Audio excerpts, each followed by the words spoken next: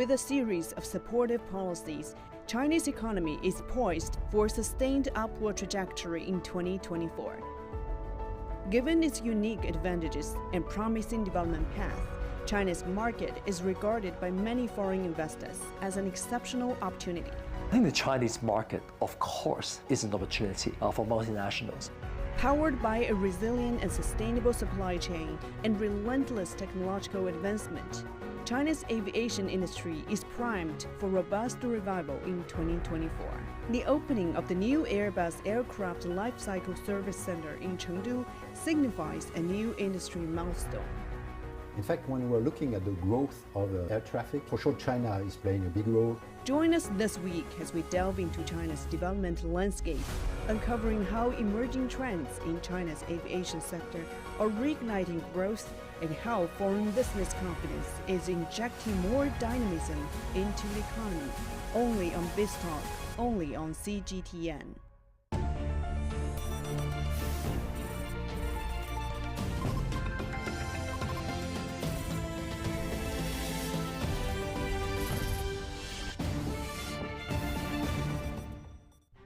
As the world's second-largest civil aviation market, China's fleet of commercial aircraft is expanding rapidly, with an increasing number of airlines operating both domestically and internationally. This expansion translates into a surge in the need for comprehensive and efficient aircraft management throughout their entire life cycle. Aviation powerhouse Airbus has officially inaugurated its Aircraft Lifecycle Service Center in the bustling city of Chengdu, Sichuan Province. This pioneering one-stop service center is designed to provide a comprehensive suite of solutions for the full lifecycle management of Airbus aircraft from entry into service through to retirement, the first of its kind in China. The facility spans a massive area of 717,000 square meters with the capacity to handle up to 125 aircraft. As part of its ambitious future plans, this center will not only cater to routine checks and overhauls, but also focus on recycling high-value components, a testament to Airbus's commitment to sustainability and eco-efficiency. With this strategic move, Airbus is reinforcing its partnership with China, setting new standards in aviation services. We sat down with Philippe Mhun, Executive Vice President of Airbus, who shared insights on how this pioneering center will revolutionize aircraft lifecycle management and further elevate the synergy between Airbus and China's dynamic aviation landscape. Mr. Mhun, it's great to have you with us on CGTN. My pleasure. So congratulations that the new Life Cycle Service Center will commence operations soon. Tell us how you see the significance of this project.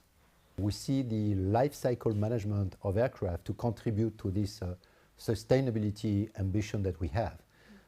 In Airbus, we perform research and development, we develop aircraft, we manufacture aircraft, we support them, and then when it comes to the end of life of the product, we were thinking that it was providing value to the market to dismantle the aircraft in a sustainable way, in a green way, because of course we want air transport to be as clean as possible.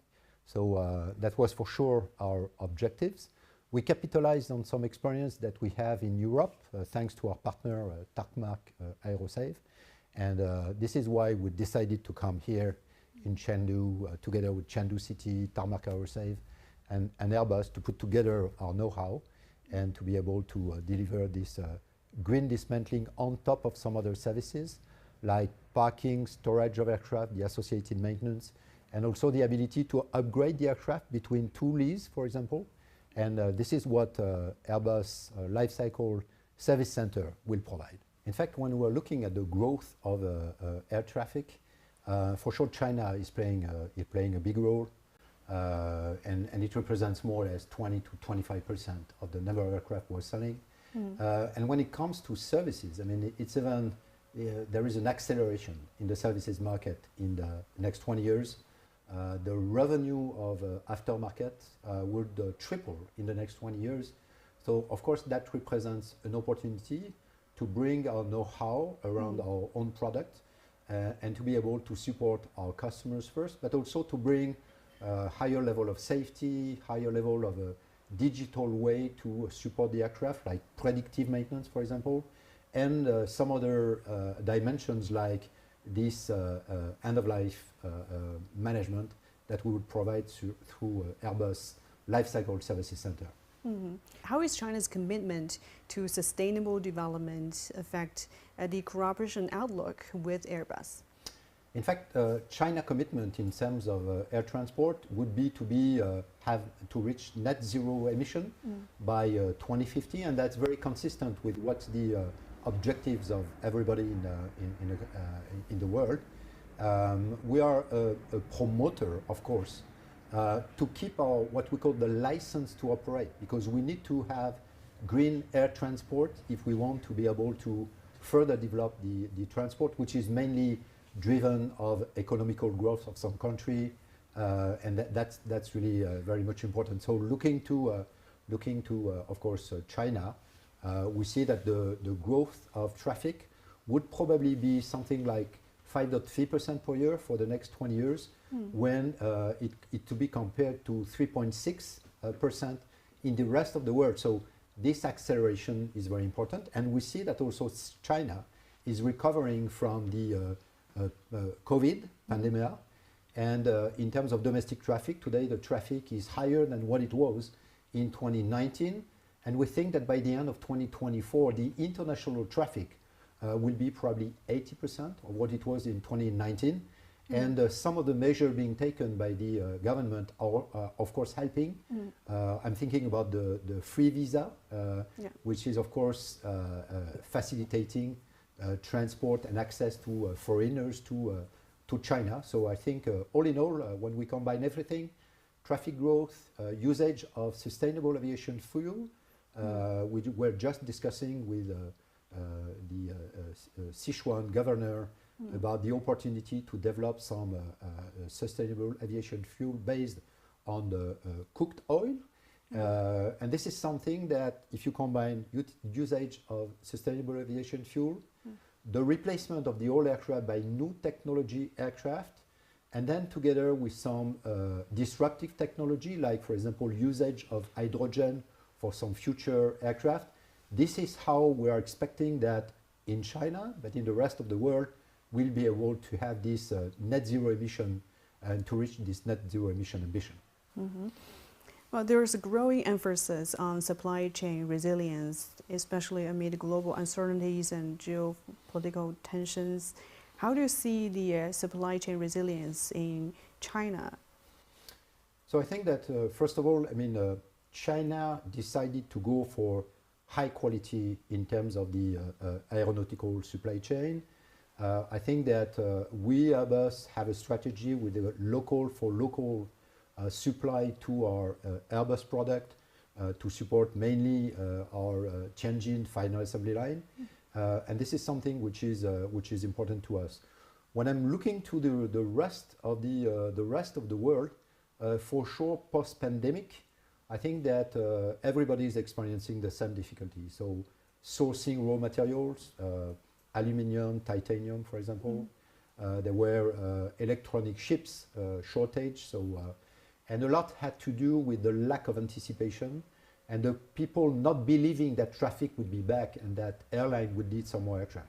So I think now everybody understood that traffic is back.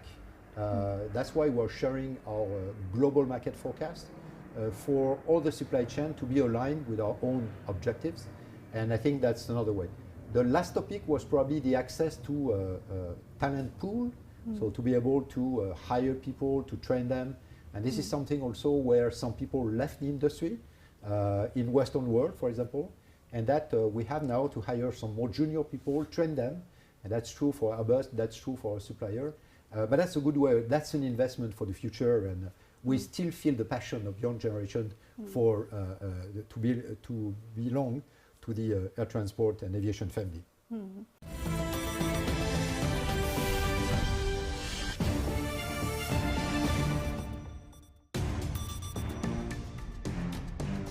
360-degree profiles of industry movers and shakers, tech mavericks, and policymakers. we drill down on their success. We ask how they set strategy and how they navigate in an increasingly competitive market. Real talk, real business. Join the conversation.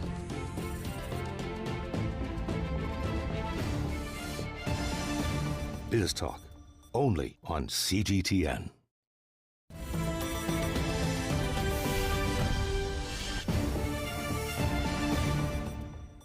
Well, Chinese premier visited Europe in January this year, his first official visit outside the country. One of his key messages is that China should be viewed as an opportunity rather than a risk. How do you perceive China's business environment and investment outlook?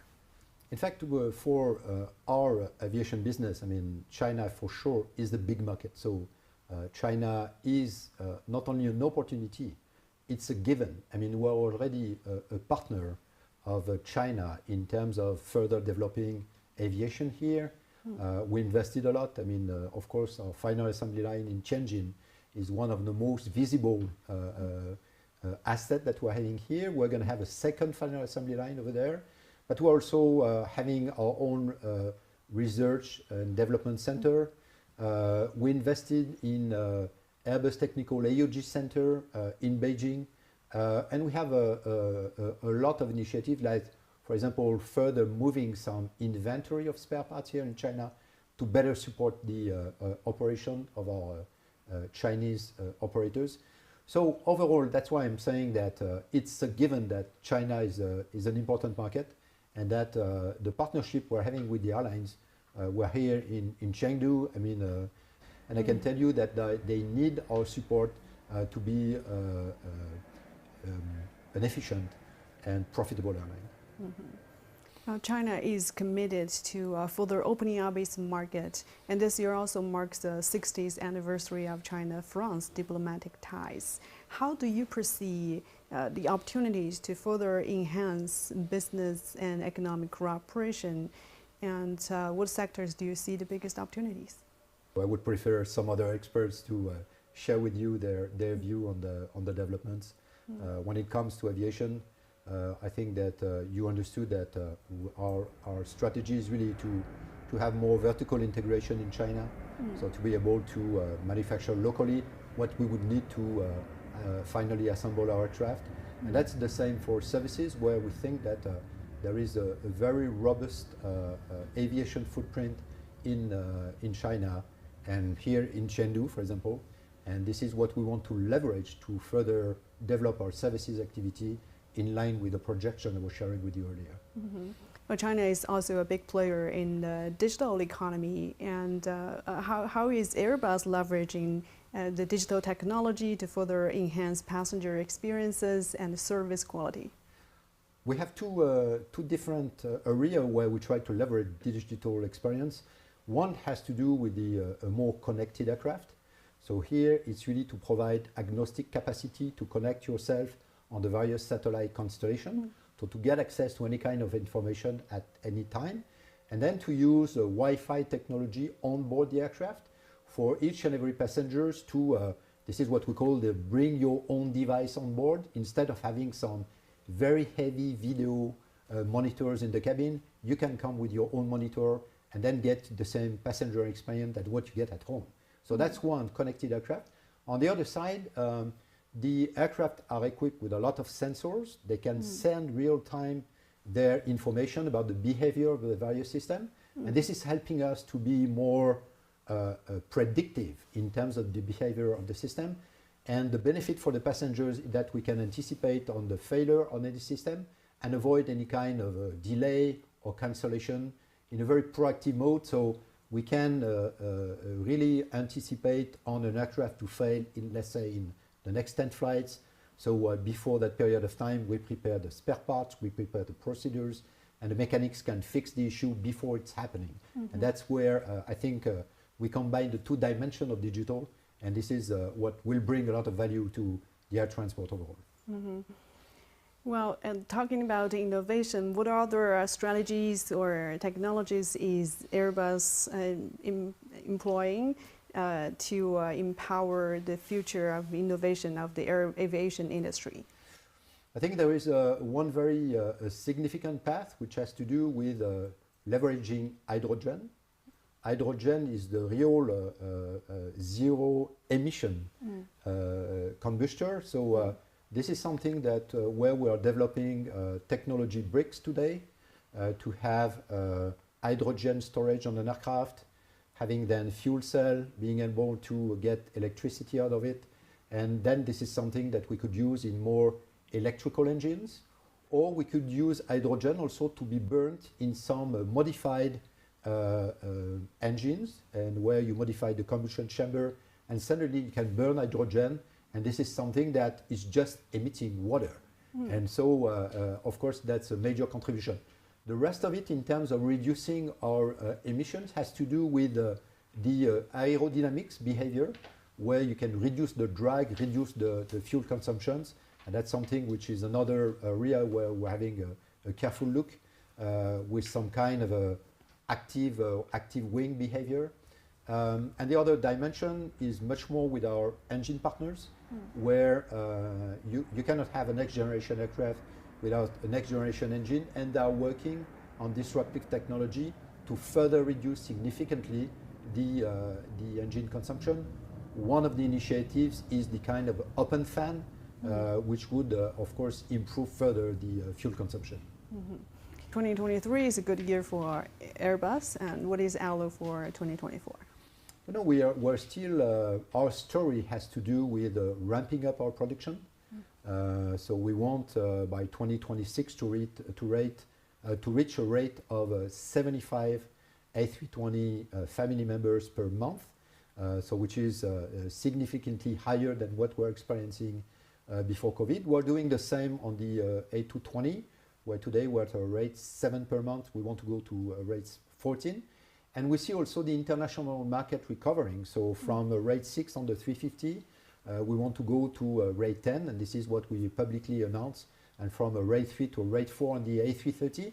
So overall, I mean, this is a growth story, and that's why the question regarding the resilience of the supply chain is so important to us, and that's why we're working so much upfront with our partners to be sure that we are together securing the future of this production ramp-up.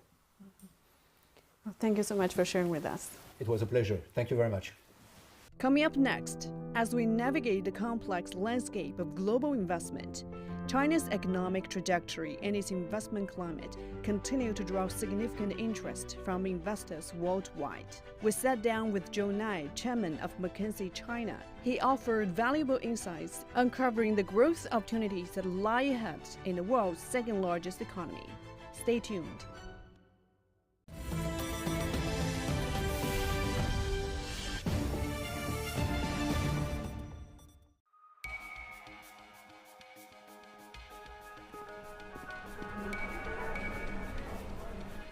You're watching breaking news on CGTN.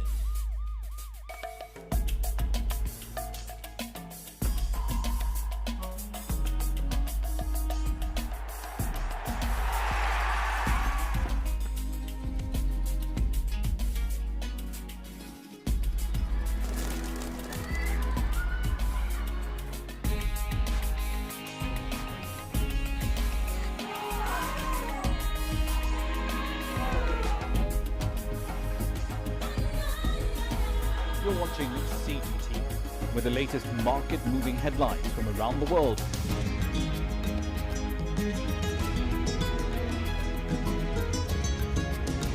Welcome to the world today on CGTN.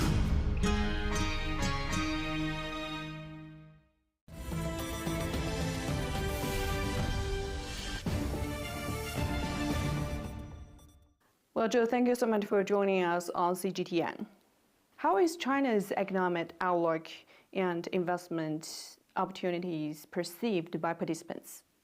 I think, if you look at the top line, global economy growing at 2.5%, most developed economies growing at 1.5%. And you look at the entrepreneurs in China right now, what they're doing, whether it's around the new frontiers of sustainability. If you look at electric vehicles, batteries, solar, wind. When you look at all these areas, China is at the forefront of it. If you look at manufacturing, all the latest manufacturing on the technology side, I think the Chinese companies have been the most competitive in the world.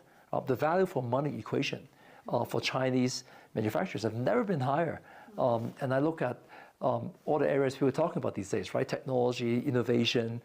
You see a lot of that going from China. So you look at the big themes in the world, even AI, right? I think that Chinese companies have actually been very, very digital enabled, very data driven, and has been actually investing in AI for a while, right? So if you bring this all together, all the areas where people are excited about, if you look at China, it's pretty well positioned, right? So we don't have a lack of excitement, right? The question is, how do these excitement areas can become more pervasive across the industry, across in China, right? I think that's where maybe we need to do some work, right? You got to make sure that all these excitement and growth areas is going to be wider adopted by more companies, enjoyed by both the coastal areas, but also in the second and third tier cities, right? By the leading companies as well as the broader masses. I think the distribution is an area where you should be more concerned about. In terms of policy, I think anything that we can do to boost consumer sentiment, to boost consumption and demand, I think will be good for everyone. Yeah, but I think in the areas of where the Chinese companies are competing, I actually think that the biggest boost will come from how the Chinese companies can actually look into building markets outside of China. Right. One of the things that I think you'll see this year is that a lot of Chinese companies are ultra competitive and ultra, in some ways, doing very well within China. But what they also see is that the global market is actually bigger, right? We have seen recently whether it's Pinduoduo success in the U.S. or whether it is the electric vehicle success in emerging markets, right? The rest of the world actually would love to see these Chinese products that has good value for money, are very competitive, are very innovative, and in some ways, to be honest, in the inflationary environment, China can actually really help to put a lid on inflation because our products are going to be very price competitive and can really help the consumers. So anything that we can do to help Chinese companies become more competitive and more accepted globally, I think is probably one of the best boosts that the government can help with the Chinese companies. China should be viewed as an opportunity instead of a risk. How was that received? I think the Chinese market, of course, right, is an opportunity for multinationals. I think as far as the last 20 years is concerned, if you look at the top 50 to 100 top multinationals, their share of Chinese share of the global market is between 15 to 50%, right? So there is no other market that can replace the Chinese market. I think the anxiety of the multinationals is going to be, they have actually enjoyed the Chinese market and success in there for the last 20 years. The question is, what am I going to do for the next 10 years? And I think the question for them is one of competitiveness, is one of how do I continue my success in China? And it's not, I think, a geopolitical one. I think it is a competitive one. And I think that for multinationals, like for every single Chinese companies, you have to continue to get better because the Chinese market is a relentless competitive market, as we all know. So I think that multinationals, like every single Chinese company, just need to fight for their place at the table. Nothing is guaranteed in China. Everything needs to be competed for, and that's the name of the game. You got to compete, and you got to have the right product, right price point, right proposition, and continue to evolve. Right? And that's really I think the spirit of what multinationals need to do to be successful in China. Mm-hmm. The competition from domestic players is also. Competition for everyone, other multinationals, domestic players, Chinese consumers who are experimenting with many things out there. So I think that you are working with a population that, as the Premier said, is a huge opportunity, but it's also it's a tough grader, right? The Chinese consumers are very smart and very willing to try different things, and they look at the prices, right? It is a tough market, so we just have to also get better. To what extent do you believe that WEF can help with this trust deficit, and to foster cooperation, especially in technology? To be honest, I think building the connections, I think is very important. I think during the last few years, especially during COVID, right, I felt that it was very difficult, right, for travel. It was very difficult for face-to-face interaction. Of course, we were doing a lot by remote, but I think nothing replaces the personal trust that we build and a little bit of the relationships, right, that are important. So I think good platform, good starting point for that conversation. But of course, this is just a few days here in the mountains, right? We just discuss things and then we leave. I think the work really begins when we go back to our homes and continue the conversation. How do we continue dialogue? I was very pleased to see a very big Chinese delegation. The world needs China to be engaged, and the world really welcomes, I think, China to be a part of this. And I think that I thought that it was a very, very good and welcome speech. I thought that people appreciated it, and I think that dialogue is only positive. So to what extent do you believe the West can help with this trust deficit and to promote cooperation, especially in technology and digital cooperation? I think the trust with China, to be honest, in the last 30 years has always been there. I think that I work with many multinationals who have spent years, decades, building their business in China. They have deep relationships. To be honest, I think that there are many people around the world that has very deep relationships with China.